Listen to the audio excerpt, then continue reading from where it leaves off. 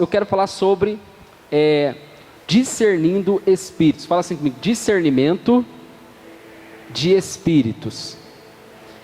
O estudo que nós vamos fazer é tão profundo, irmão, que eu queria que você anotasse, amém? É muito profundo, eu creio que vai ser prático para a sua vida. Talvez você nunca ouviu alguém pregar sobre isso profundamente. Você vai aprender hoje. E eu quero começar com um texto que fala sobre Jesus. Lucas, capítulo 23. Abra sua Bíblia, Lucas 23, verso 34. Jesus disse assim, Lucas 23, 34. Jesus disse: Pai, perdoa-lhes, pois não sabem o que estão fazendo. Então eles dividiram as roupas dele e tiraram a sorte. Diga amém. Queridos, que momento é esse aqui que Jesus estava passando? Alguém sabe? A crucificação. É o processo da crucificação acontecendo, amém? Diga amém. E o que nós vemos aqui? Jesus está ferido, machucado. Você acha que ele não ficou com raiva dos seus opressores? Sim. Humanamente ele ficou indignado. Jesus estava passando pelo pior sofrimento que qualquer pessoa pode passar na terra. Diga aleluia. Mas a palavra que ele declarou foi: Pai, perdoa eles, porque eles não sabem o que eles estão fazendo. Irmão, você consegue imaginar isso? É possível? Alguém, vamos supor, vou dar um exemplo para você entender. Alguém está te acusando injustamente. Quem já foi acusado injustamente? Nunca? Não é uma sensação muito boa. Amém? Talvez você já foi, às vezes apanhou da sua mãe, do seu pai, e aquilo foi uma correção, né? Foi uma coisa que foi para o seu crescimento. Mas imagina você sendo injustamente condenado, apanhando, sendo ferido, furando as suas mãos, os seus pés.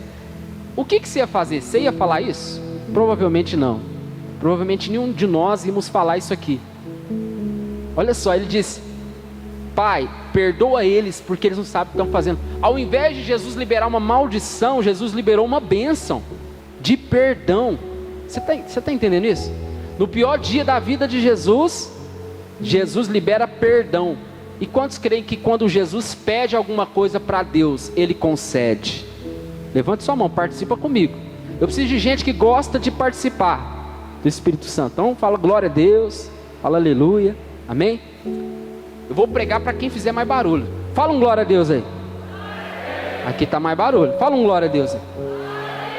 Continua lá. Vou pregar para vocês. Fala um glória a Deus aí. Agora eu vou ficar por aqui mesmo. Amém? Outro texto, porque às vezes você vai pensar: pastor, mas é Jesus, Ele é Deus. Então vamos ler Atos capítulo 7, no verso 60. Atos capítulo 7, no verso 60. Diz assim, ó: então caiu de joelhos e bradou e gritou: Senhor, não os considerem culpados desse pecado. E dizendo isso, morreu. Quem que é esse cara aqui? Vamos ver quem acerta. Estevão.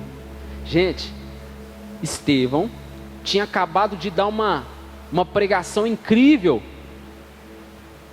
Só que ele falou de Jesus. E Jesus não era reconhecido por aqueles religiosos. E ele continuou pregando ao ponto deles tirarem ele, levarem ele para fora e apedrejarem ele até a morte. Eu não sei se você consegue imaginar a dor de ser apedrejado até a morte. Mas não é uma coisa rápida. É uma coisa doída, dolorida. E a única coisa que ele declarou foi... Ele não tentou se defender. A única coisa que ele disse foi: Senhor, não os considere culpados desse pecado. Quantos estão comigo? Diga amém. Gente, tem alguma coisa acontecendo tanto com Jesus quanto com Estevão. Esses caras estavam no pior momento da vida deles, injustamente estavam sofrendo.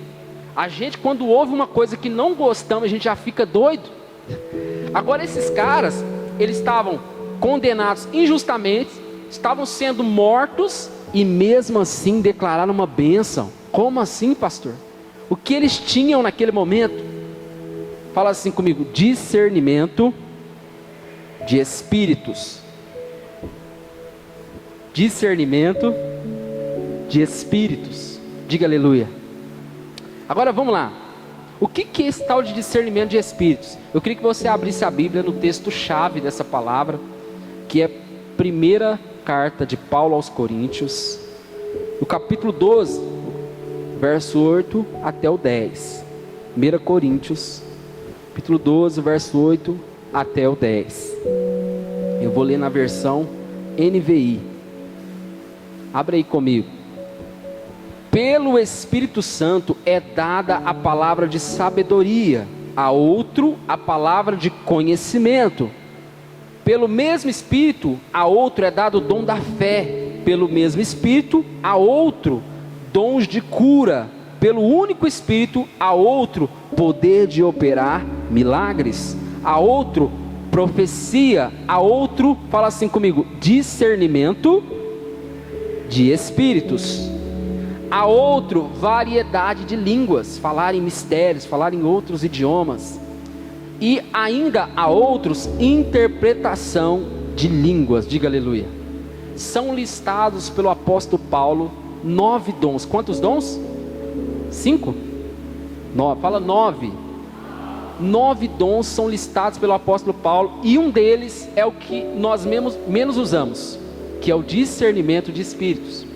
Nós vamos aprender um pouco sobre ele. Só para você entender, a palavra espíritos aqui não é em letra maiúscula, é em letra minúscula. Não se trata do Espírito Santo, se trata de discernir espíritos.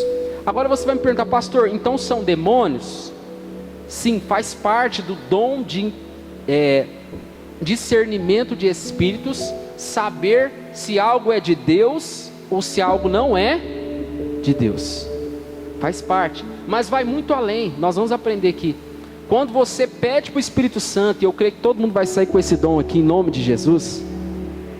Quando você busca no Espírito Santo, porque os dons vêm do Espírito Santo, tanto que a Bíblia diz, pelo único Espírito provém os dons, pelo único Espírito, pelo Espírito do Senhor.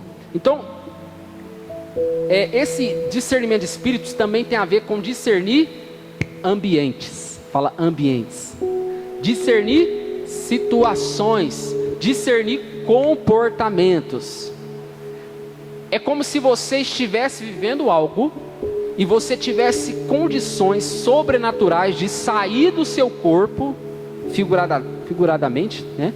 E conseguir ver as coisas da óticas do céu e não da ótica da terra. Quantos estão comigo?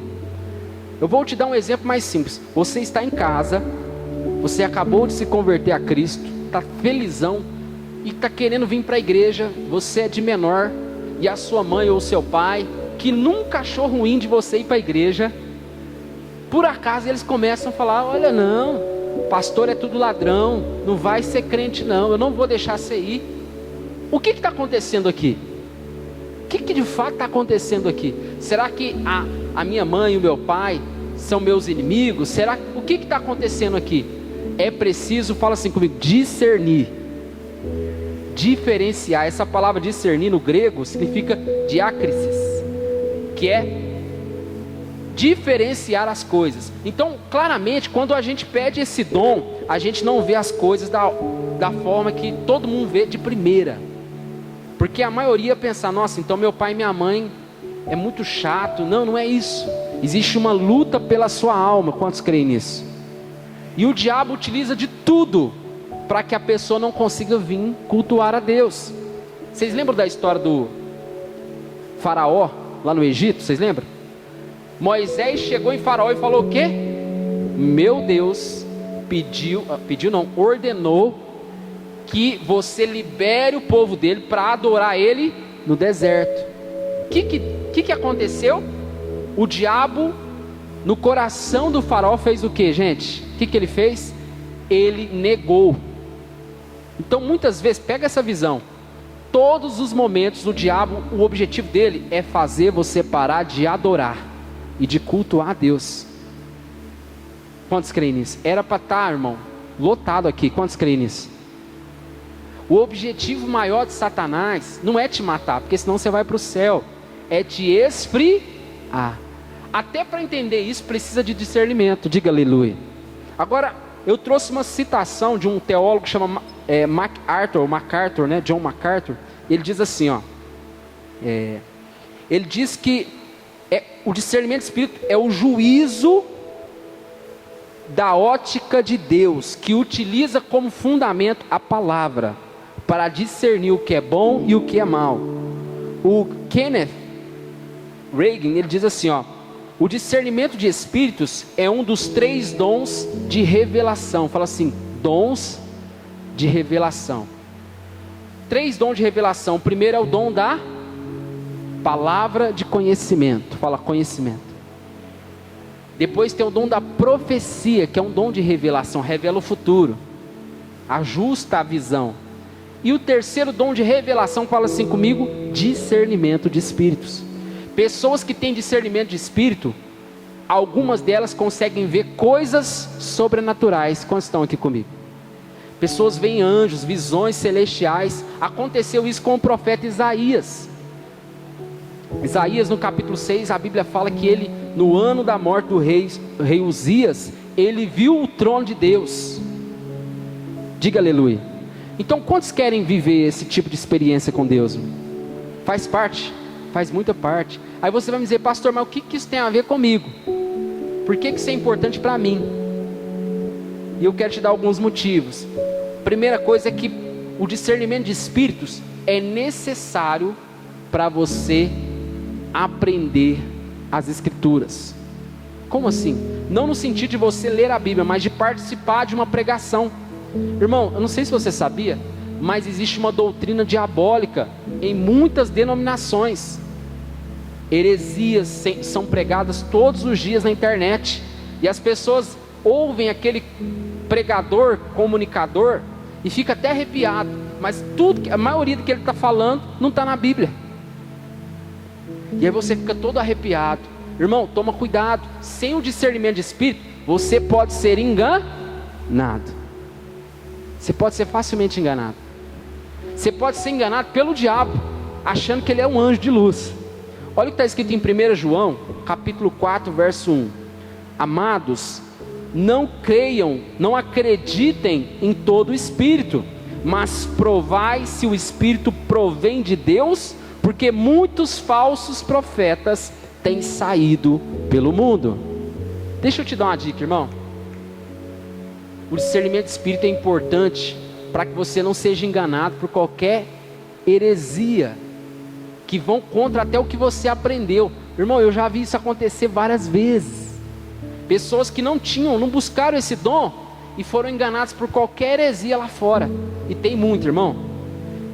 Tem um filme na Netflix de um pastor. Olha só que filme diabólico. Eu esqueci o nome do filme, graças a Deus. Eu estava lá em Fortaleza de férias e eu assisti junto com um pastor esse filme, achando que era um filme cristão. E aí o pastor, ele fica com...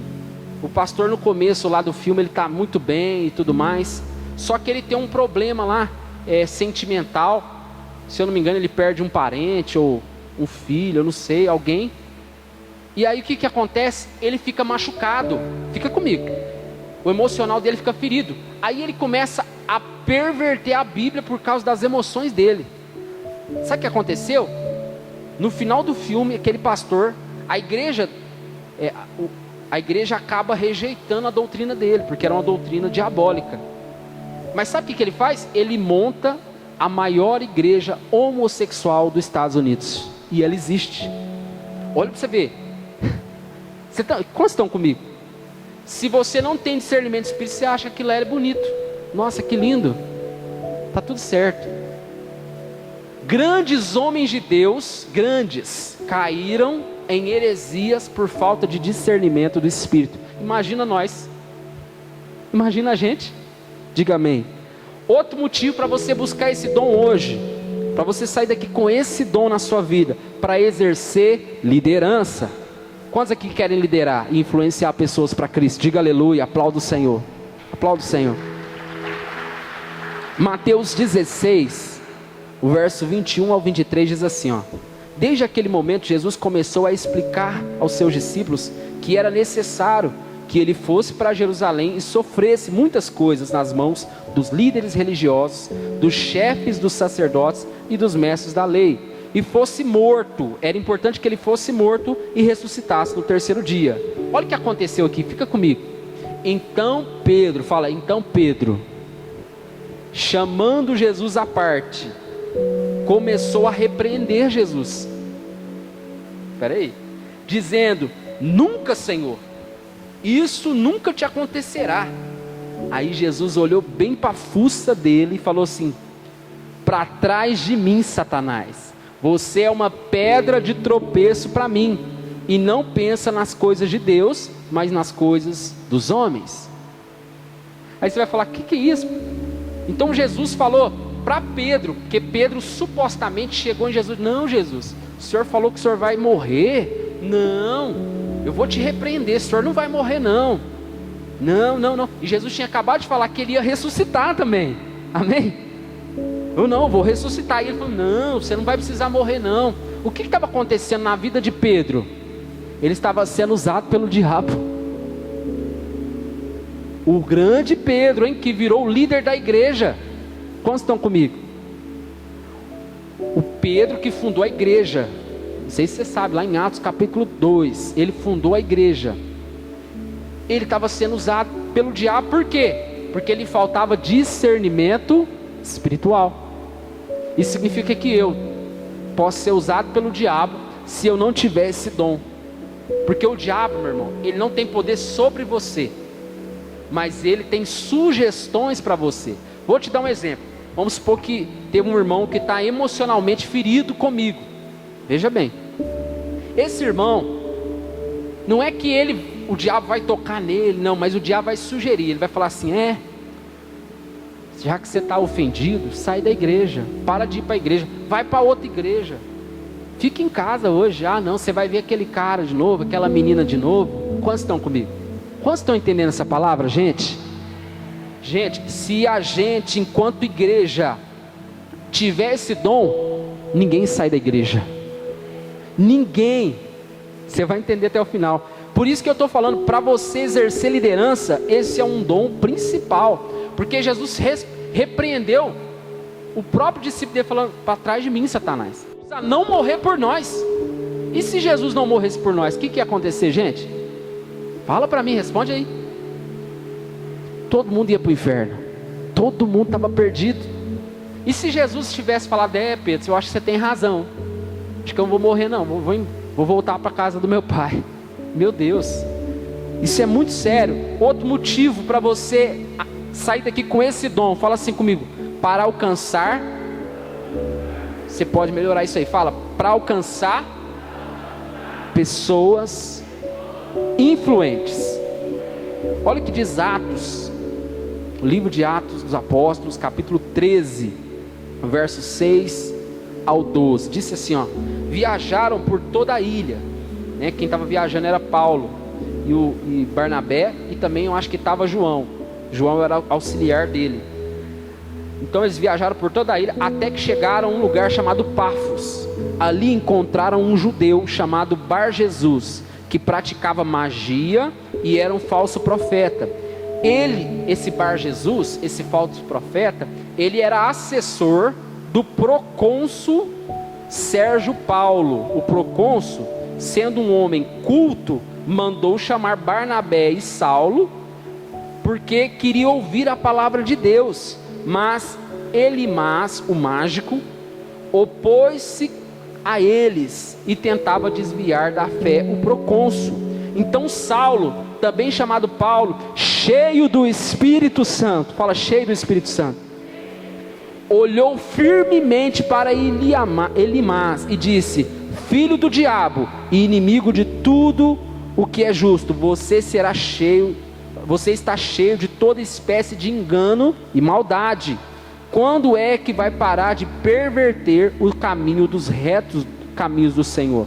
Saiba agora que a mão do Senhor está contra você, e você ficará cego, incapaz de ver a luz do sol durante algum tempo. Imediatamente vieram sobre ele névoa e escuridão, e ele tateando, né, procurava quem o guiasse pela mão. O procônsul, vendo aquilo que havia acontecido, creu profundamente, ficou impressionado com o ensino do Senhor.